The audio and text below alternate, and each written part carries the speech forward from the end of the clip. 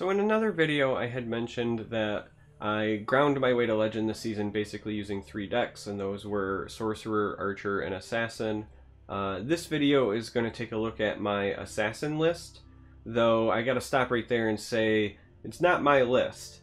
In a previous video I had given a shout out to Warrior 7 because my Archer list was heavily inspired by him. In the case of Assassin, this list is 100% not even inspired by. This is one of the few times where I've just been straight copying somebody else's list, but it's Aini. So if you are a high Legend player, then you are familiar with Aini. He finishes near the top, if not the top, pretty much every season. He's a fantastic player, and I love playing Assassin. It's easily my favorite class to play, and so I'm usually like on the lookout for viable Assassin lists to try. He posted this list at the end of last season, and I was like, okay, I like Assassin. The list looks interesting, we'll give it a go, and I love it. I've played this list far more than any other list so far this season. It's not just effective, but I personally find it to be very, very fun.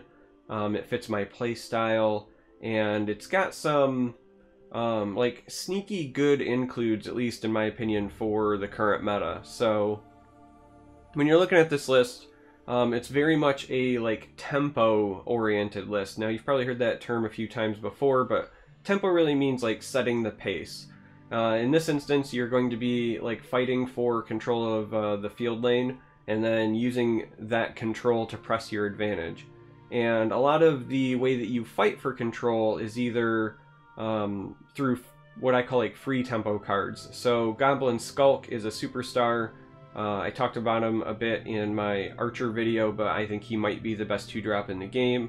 When he finds those curses, he helps you lock down control of the board because it sets up favorable trades. And if you don't have to use the curses, then you can save them for like Leaf Lurker later, and so on and so forth.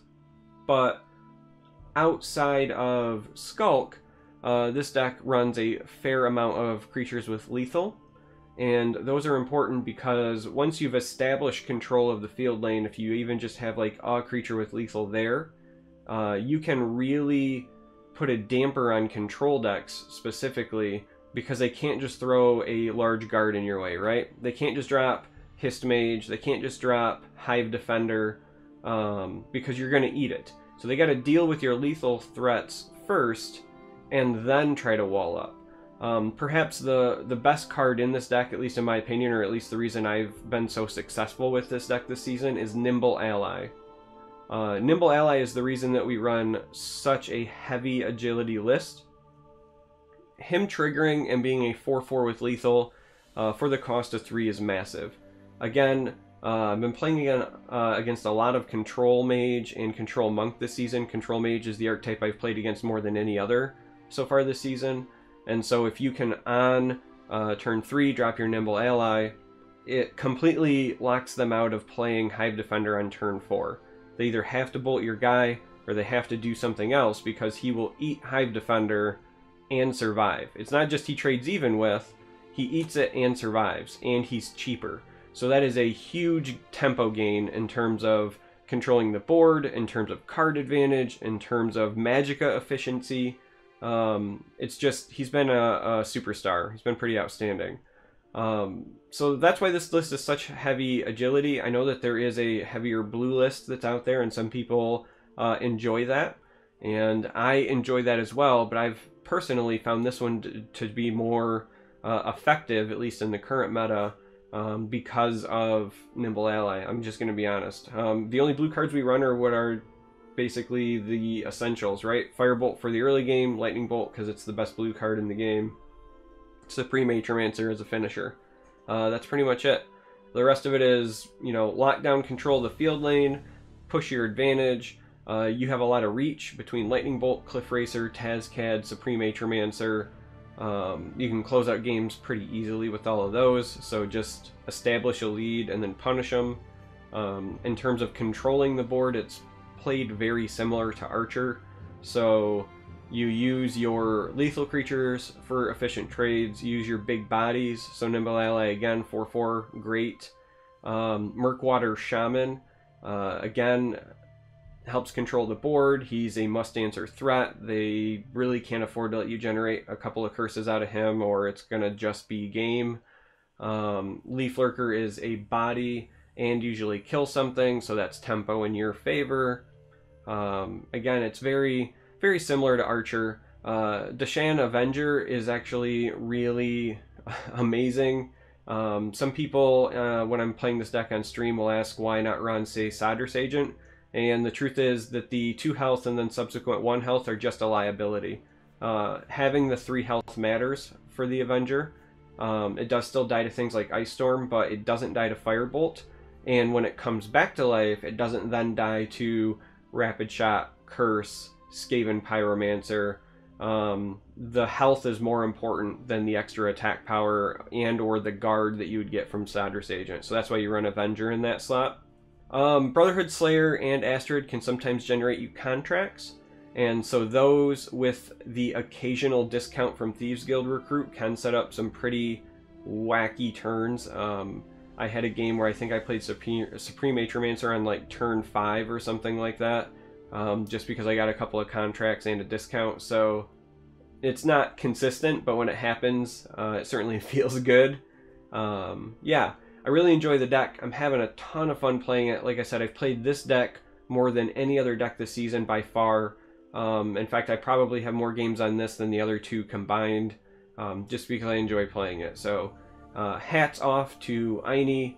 He has crafted, in my opinion, a very fun, competitive list. I really enjoy playing it, so I hope maybe you guys enjoy it as well. Like I always do, I'm going to end the video by including games of me playing this deck. These are games that I played on stream, so I hope you enjoy them. Thanks for watching. I really appreciate it. As always, I hope to catch you next time, and until then, may you walk on warm sands.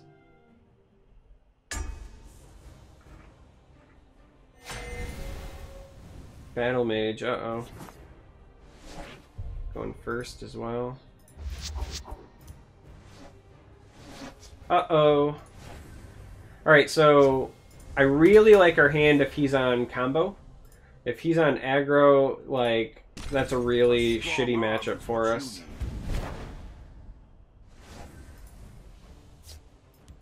Alright, let's play Find the Firebolt.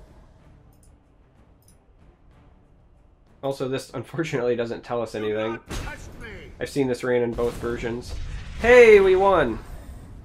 I never feel like a winner when we win that contest, but... I ride like the wind. Well, that tells me a whole lot. That's probably aggro.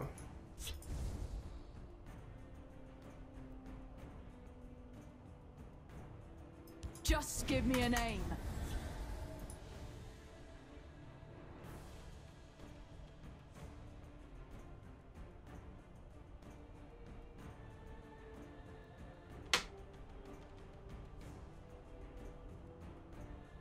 If this survives, it could do a lot of work for us, but that's a big if. Do not touch me!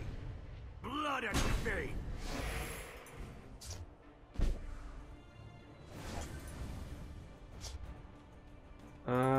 I also am not even sure that that's what we developed this turn. Yeah, I think it is, actually. Because, again, if it survives, it opens up Leaf Lurker. I was thinking, like, well, if we play an Avenger or something, then that at least trades next turn. This is a little bit riskier than the Avenger, but this just theoretically trades next turn as well. Just give me a name. Because of the Leaf Lurker.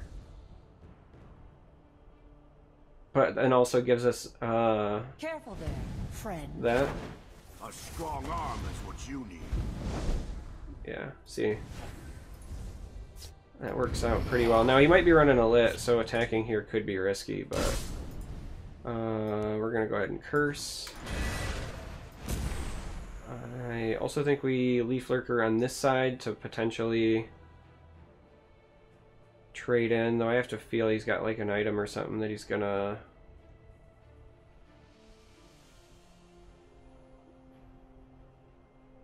Yeah, never mind. I changed mine. Let's go over here.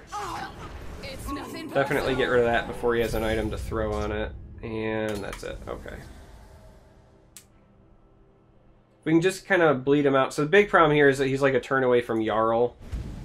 Let's shed some light. Alright, I'm happy that we put this here then. Your blood will spill. This is probably trade.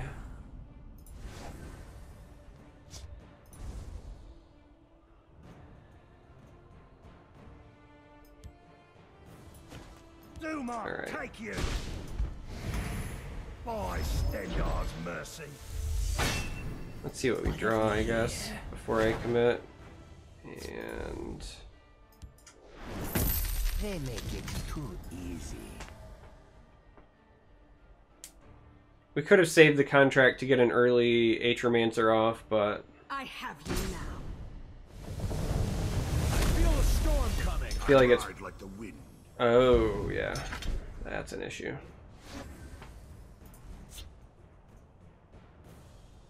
Kashit has had enough. The forest is ours.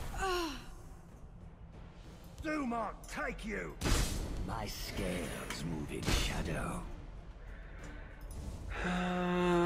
Alright, so I it's do love Avenger the Skilgolem, since we can't double Avenger. We just have to hope he doesn't have a shit ton of reach here.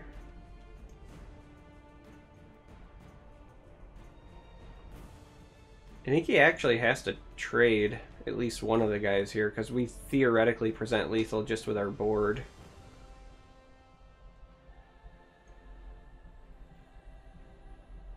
Blood and shame. Wow, he traded that guy. Coin. He must have a really bad hand if he's going defensive like that. By the 8th, they will meet their Feels maker. really weird for, like, I almost feel like that cost him just there. Because now he's got, like, no cards and no board position.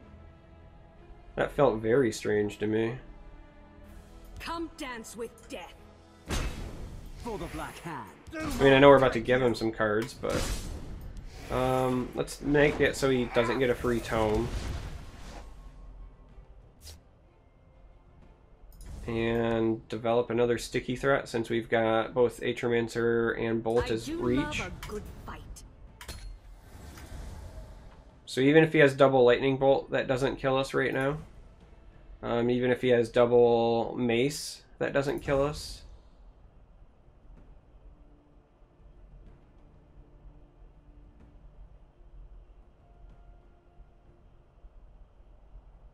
Yeah, I honestly feel like that turn where he just did the proactive trading hurt him more than it helped Feel a him, storm coming. if I'm being honest. Hermamora tests us. It's hard telling knowing that we were drawing the Lightning Bolt, because if he'd have went face, we were going to trigger a Prophecy. Time to fight. It might have drastically changed things. Attack. Time to fight. Fires all doing. Alright, so Moment of Truth, right? Though I'm pretty sure we have it. Come Even if he dance hits a with guard here, we have Curse plus Leaf Lurker and Lightning Bolt, so...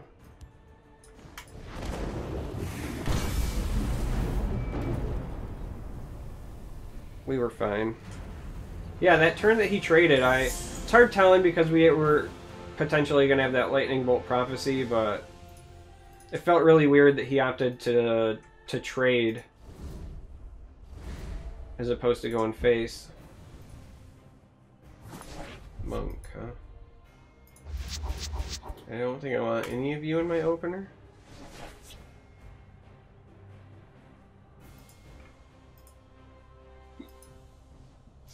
Alright. No there. no early drops. This could be rough. Sands.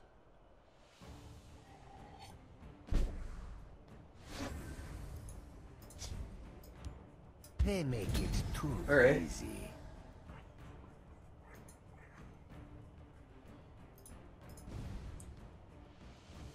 I was gonna say, we really just don't want him to have an execute. Because that was about the only thing that was a bummer there. By Stendar's mercy. If you've dropped like a guard, we had Shadow Shift, but It's like 4 a.m. in Portugal? Maybe. Oh, I'm a Magica off of being able to curse Leaf Lurker that the way I want. The forest is ours. Welp. Let's just give him a better target. Like, let's make him decide which is the worst of the evils. If I fall, the East will reclaim. Just give me a name.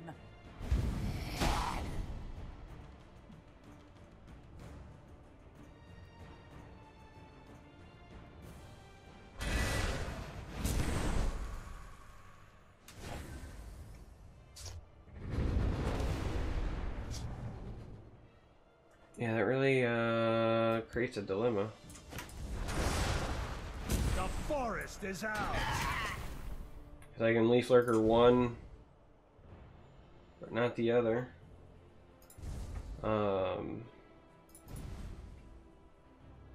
Or I could just, like, give him the contract. I could just Cliff Racer here, and then you would have to decide. If I had one more magic, I would say I could do neither, and I could just Shadow Shift this over to keep it alive. I actually, you know what? I think Cliff Racer might be the right path of action. I think I might curse here and trade in, and then we're just a wash. And then Cliff Racer over here.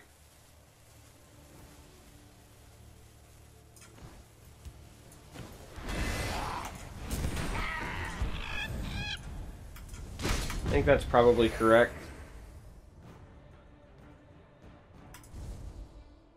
What's my name in-game? Charmer.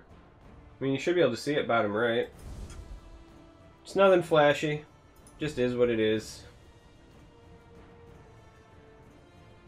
I mean, I'm kind of bummed I lose the curse because I wanted to pair it with the Leaf Lurker, obviously, but that's the best way to deny him a contract and free curses.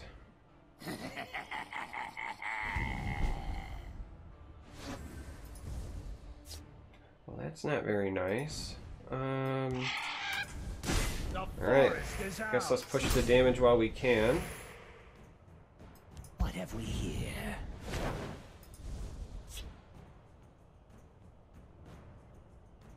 Neither of these really matter at the moment, unfortunately. I mean, I can double up, but then I'm also giving him a contract.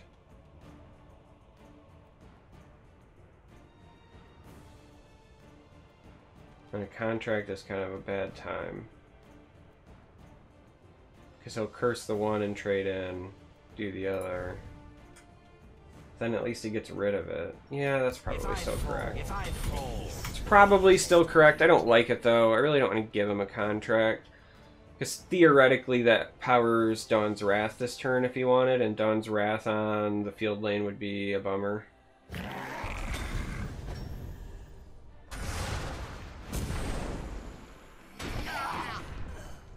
The problem with playing them both left, Washroom, is that even if I didn't do that this turn, then on the following turn this becomes Dawn's Wrathable. Like, I'm at the point in the game now where I actually can't officially lane stack too hard. My scale.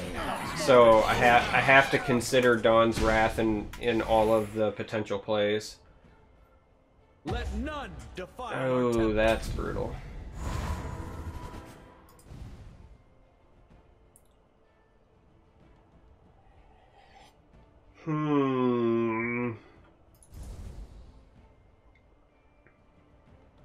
Let's see what this draws me first. I think we're going to move this one because this one at least theoretically survives the trade. This one, he can still Leaf Lurker if he wants, but Forest is more close.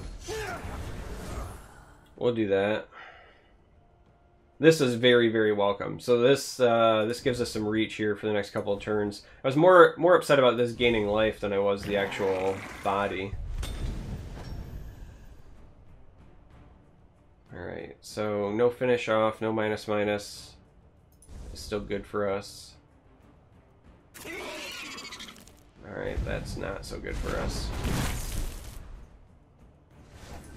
Oh, Tazcad's really good for us, though.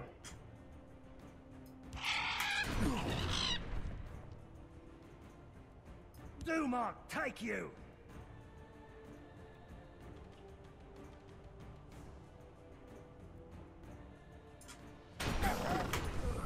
So I can either push for 4 damage, which is kind of what I want to do, because then we're like 2 turns out from lethal. But if I make this trade here, then this by itself doesn't trade into either one, but I honestly still think that we go with the reach here.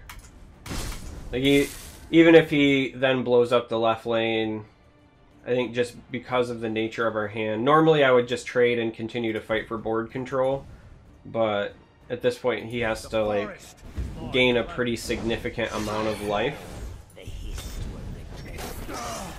to deal with the reach, so...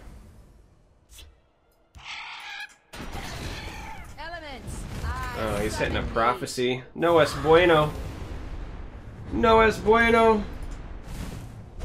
It's like the worst feeling in the world when you play something on your turn and this goes gray.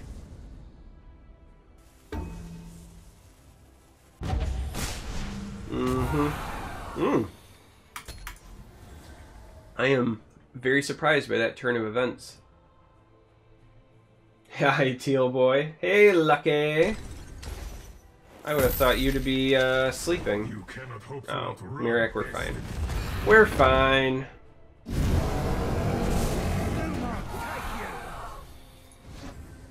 We're fine. It's been engaging. A fine display.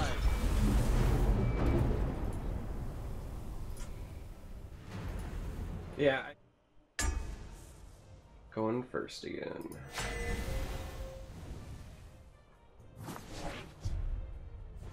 But this time, we're going first against Mage. See, now we have a Skulk at least. 2 Skulks. So when that first one gets executed / firebolted, you can play another one.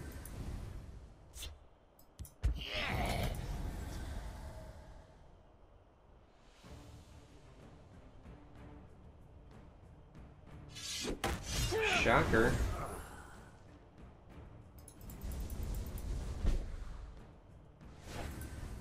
Big time shocker. Let's try it again. Crushing blow. Firebolt. Lightning bolt. The ambition of the Telvanni. Telvanni? No bounds. That's not part of the plan.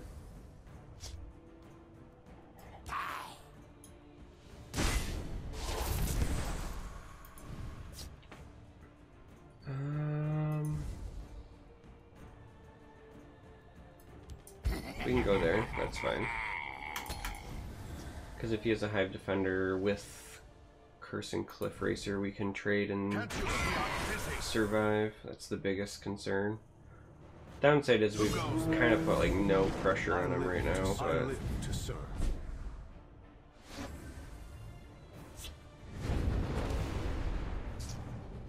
I suppose we can fix that here.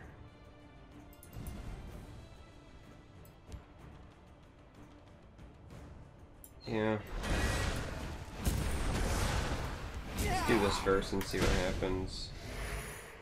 Kind of like keeping the Cliff Racer for the reach, but none of my other options for saturation are very good. So I guess it's Cliff Racer.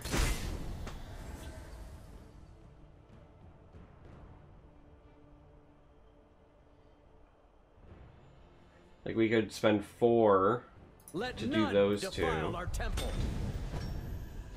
Kill them all. But by doing it this way, then...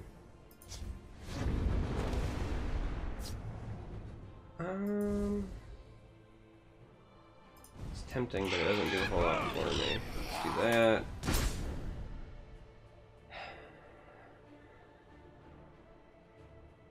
Still 2 turns away from Dawn's Wrath. They make it too So, easy. knowing that, I think we can still load that lane for now, and we'll deal with this a little bit later. I mean, Ice Storm's still a thing here, which is a big problem. Let none defile our temple. Kill them all.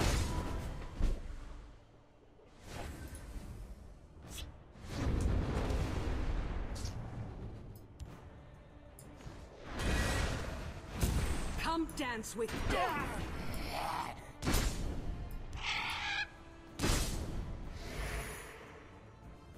Let's see what this draws us. Not bad. So I'm kind of torn here. I don't want to load up the board too much because we're just asking to get Ice Storm. So like I feel like either one of those are a mistake. And if I Cliff Racer on this side, then I'm just asking for a Dawn's Wrath. But I really also would like to continue generating pressure. Now I could like double curse this side, Cliff Racer,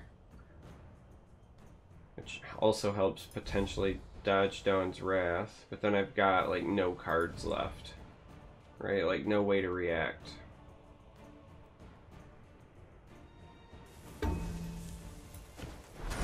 The pressure is probably correct though. Yeah, of course. Even with the 2 Knight of the Hours, yeah. Ice Storm incoming, or Dawn's Wrath, but fully expect Ice Storm. My friend would like to say hello. Oh, what a top deck. Come dance with death.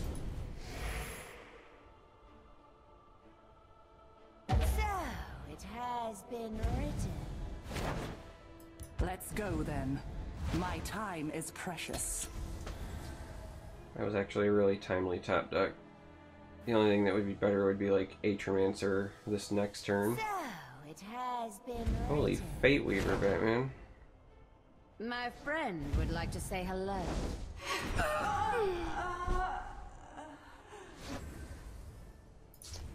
These streets are mine!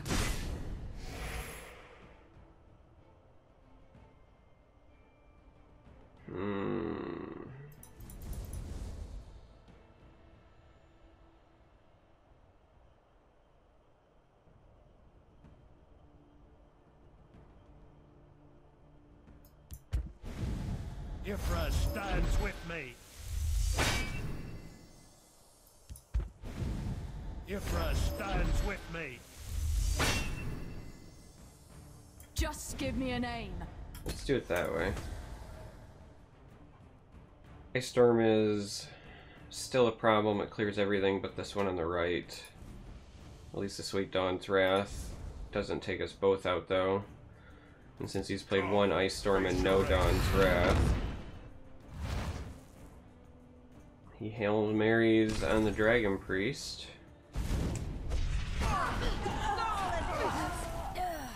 Did he hit the Ice Storm? He hit the Ice Storm on the Dragon Priest. Wow. As long as he doesn't gain life, like, those two would be lethal next turn. Though he's used 2 Ice Storms already, so the chances of him responding to this fully are pretty low. Elements, I think you just do it. summon thee. He could Mirak, he could Manticora, he's still 1 off of Odavang, so he could have a 3rd Ice Storm.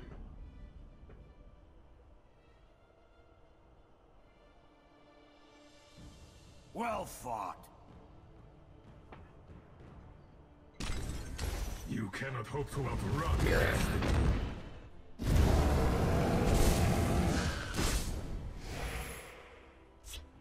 It's a good day to die. Hooray!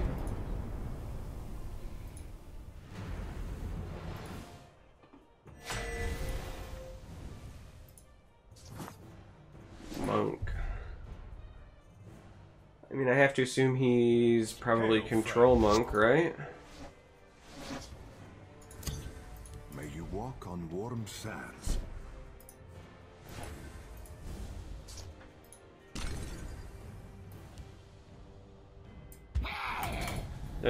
Don't think that there's any reason to not go here, because other than Execute There's a plan. There's always or Profiteer.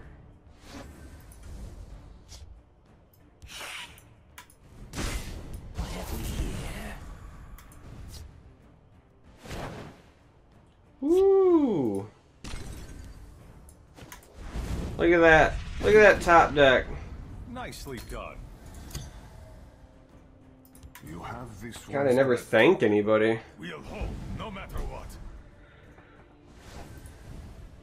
Alright, so we're okay with that because we can double curse, right? But I think we want to do this first.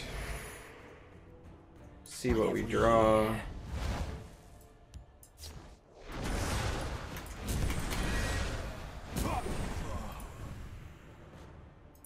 Because I think Control Monk just struggles if it can't control. What a top deck! Oh! Oh man. This one offers something tasty. My scales move in shadow. My scales move in shadow.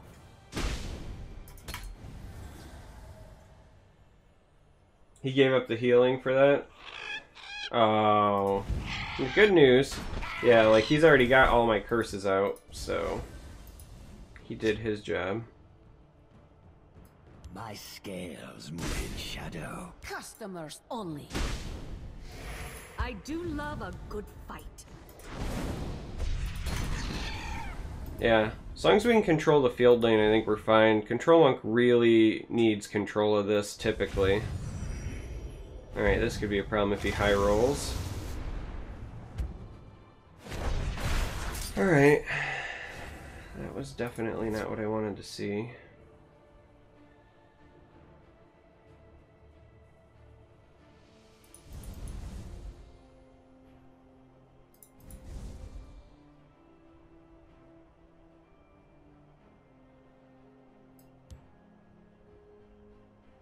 Let's go with a bolt. They make it too Cut easy. purse. Part of me really wants to preemptively curse it because then that means that he can't auto trade into this. You don't know why he's playing that card? Almost all of the control monks as of late have been playing Wild Beast Caller. Like it's pretty standard in the list now, even after the nerf. Because they just don't really have anything to do on turn 6 and they just care about bodies. It's honestly just a raw stats value play. They don't have any synergies. The problem with Tiger, though, is that Tiger still gets bounced by Belligerent Giant. So, one of the decks that Control Monk will traditionally struggle with is, see, this is an interesting new tech. But one of the decks that they traditionally struggle with is Archer, and the Belligerent Giant flipping the Tiger is such a huge tempo swing that they can't really deal with it. So, usually, let's do that. They run the Beast Caller because then you either flip the, you know, the Beast Caller and then you get another creature out of it, or you're stuck flipping whatever else comes out. So it's to combat the proliferation of Belligerent Giant, because when you think about Belligerent Giant, it's in... Oh. Interesting tech. Belligerent Giant is in Merrick, Archer, that Control Warrior Rage deck floating around, like... I lurk in the shadows, waiting.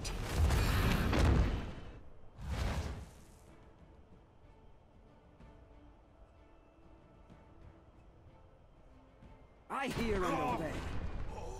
Well, he's doing a good job of trying to stabilize. I lurk in the shadows, waiting. Don't make me laugh. Acknowledge. That was a mistake. Just give me a name. Into the breach. So if he's got Fervor, does he kill me next turn? 3, 7, 9, 10, 11, 12, 15. Yeah, that would be lethal. I actually have to take a trade here.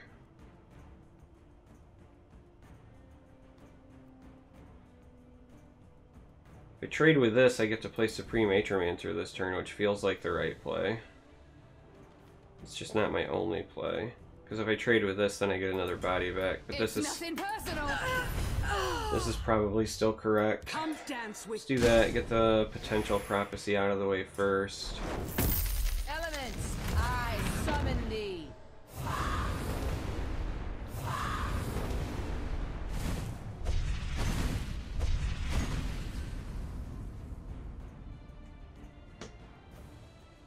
I mean, I assume he's got removal, because I don't think I've seen Javelin at all.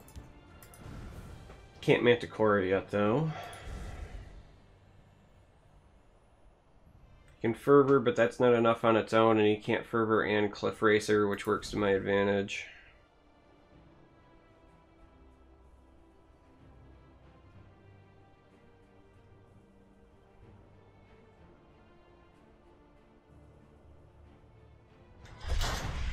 Oh my god, how many of them does he have? All three? He legitimately had all three in prisons. Bloody hell. The worst part is I couldn't have traded enough to get rid of them all if I wanted to.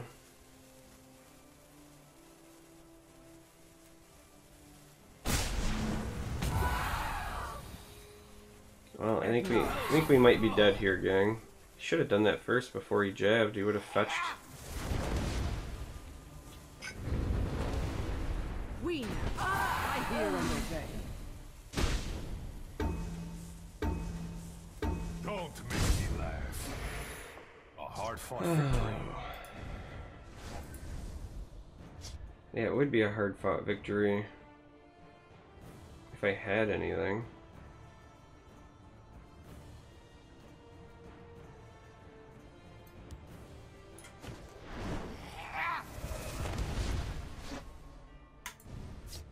Anything at all.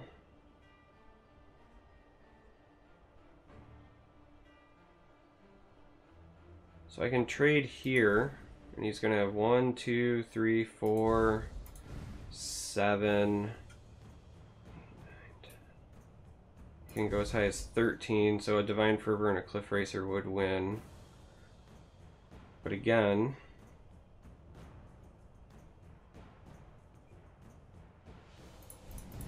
problem is I can't really afford to kill the 1-2 because I'm not pulling enough damage off the board.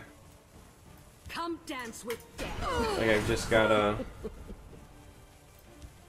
If I fall, the Hist will reclaim me. I'll lead my family. Just to give glory. me a name.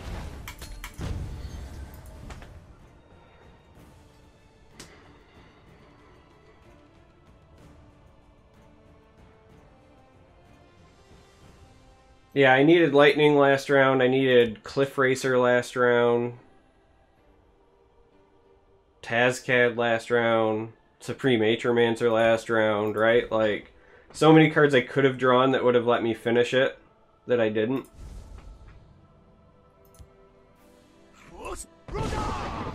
Two, 4, 5, 8. 8 cards left out of 28. Thanks, the Knight. 62. It's much appreciated, mate.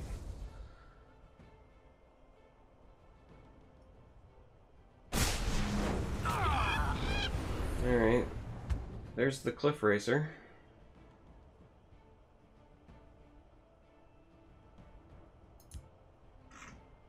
So Over that's here. 2 Javelins and 3 Imprisons. Oh, it's not, I mean, it still gets it done, right? It's still Hidden Trail, but it's not... Oh my god.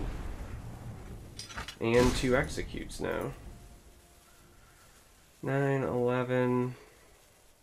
He's still short at the moment. We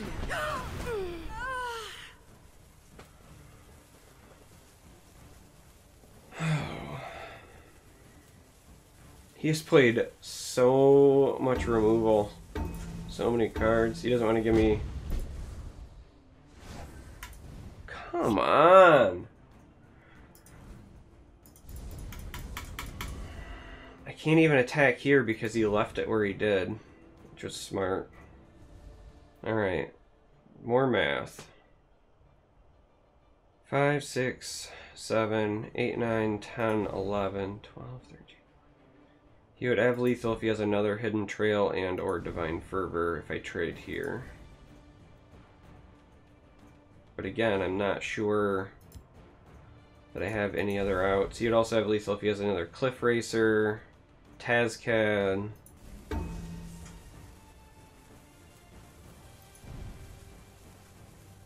I think at this point I actually just have to... I was going to say play for the Prophecy victory. But that probably sealed it if we don't hit our own at this point. I do love a good fight. 8 cards out of 28. We're not going to find it. I just needed that little bit more reach.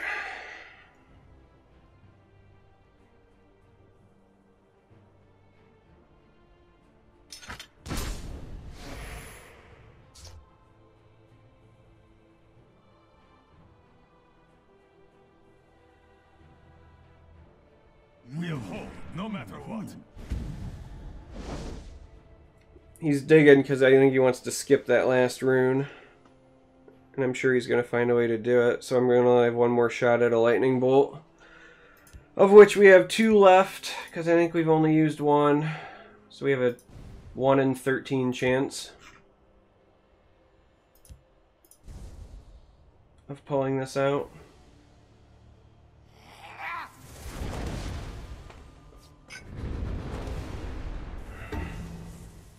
We just needed reach. We never found it. I beseech the gods. It's nothing personal. Uh-oh. Nicely done. Please excuse Khajiit. Holy shit, we did it, gang.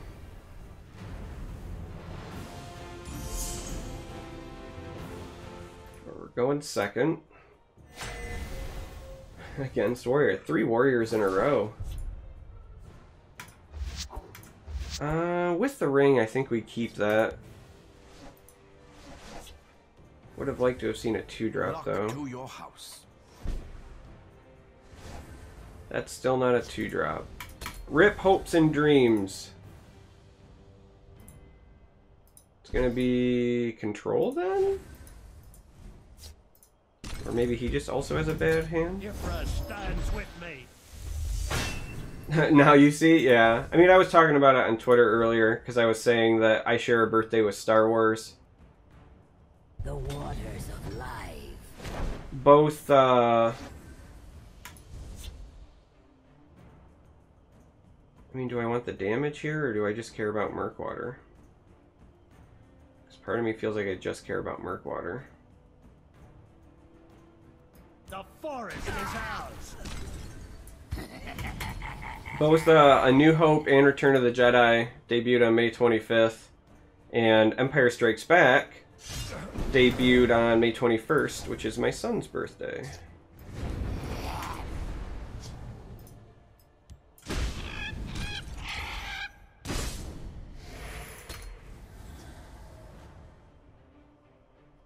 Should be saving all their gold for next. I'm saving all my gold for Gauntlet mode, personally. You hate this drain deck? These are kind of a liability right now. Oh my god. 2 Fell the Mighties already? That's not annoying at all. I do love a good I'm gonna cycle at least one of these. There we go. I feel much, much better about my hand knowing that I have a Leaf Lurker for those curses and fire bolts. The waters of life. Yeah, I mean, I know he's on warrior control. The biggest problem is that I just don't have, like, good... Oh, even a second Leaf Lurker, okay.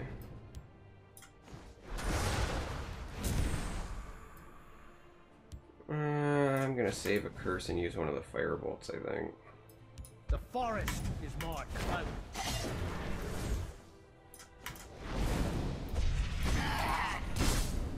Come dance with death. Yeah, we're basically just trying to tempo them out at this point. The biggest concern is field lane plays with unstoppable rage, which is what we're trying to combat. I will be your Controlling the field lane is mega important in this matchup. So like next turn he could have a really good turn, potentially. Alright, so we have Leaf Lurker for here. And then, so we can push 7 damage this turn.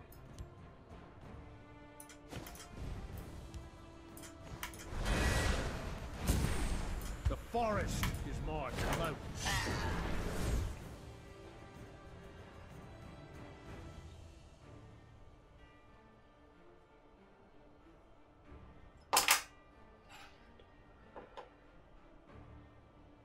Come dance with death.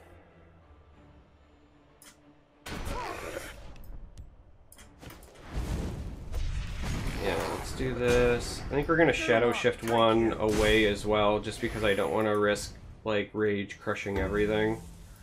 So I think that we ship you over. I think you're the most important to save. Brotherhood.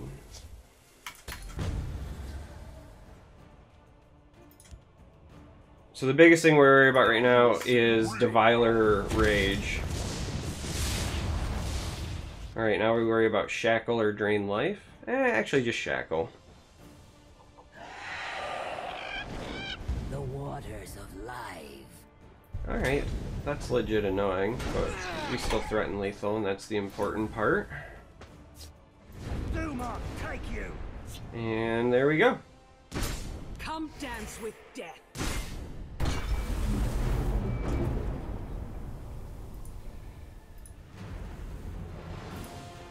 Then life happened, and I had to take a bunch of time off. Alright, first against Battlemage. Uh-oh. Can only assume this will go poorly for me. If it's against aggro, this is really, really good. But I don't think I can risk keeping it, to be honest. The Night Mother will die.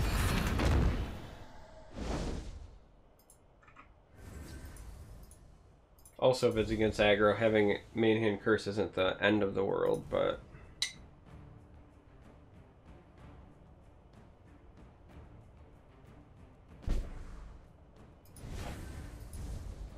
Well, at least we have a good curve. They make it too easy. This guy ends up being really good against the combo battle mage as well, so...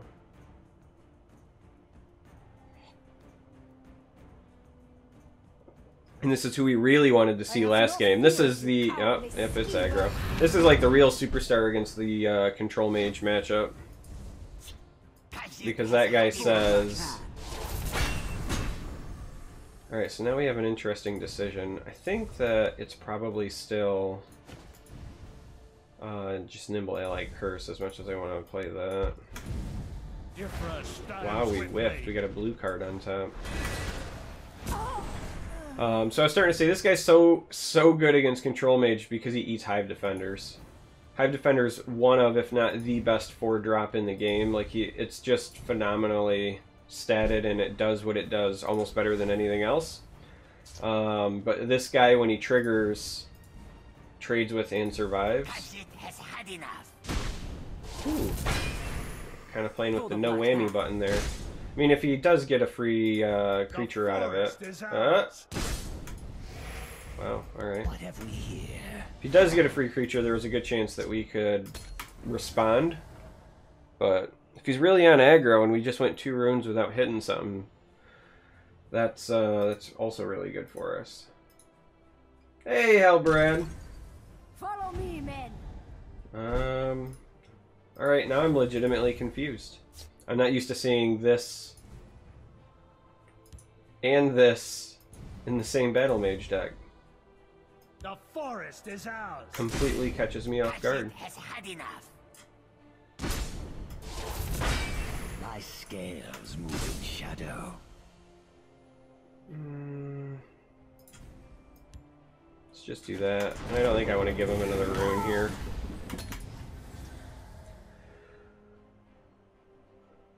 getting this to a 5/5 is a big deal against Battlemage, because now he's basically got to use at least 2 cards to take it out, or cast out. Like, cast out will answer it, but otherwise he's got to have either 2 direct damage things. He's got to have, like, Earthbone Spinner and something else. Like, Earthbone still only takes it down to a 2/1. Like, 5 toughness is the magic number against Battlemage. Oh, yeah. This poor soul has no hope. This game is over.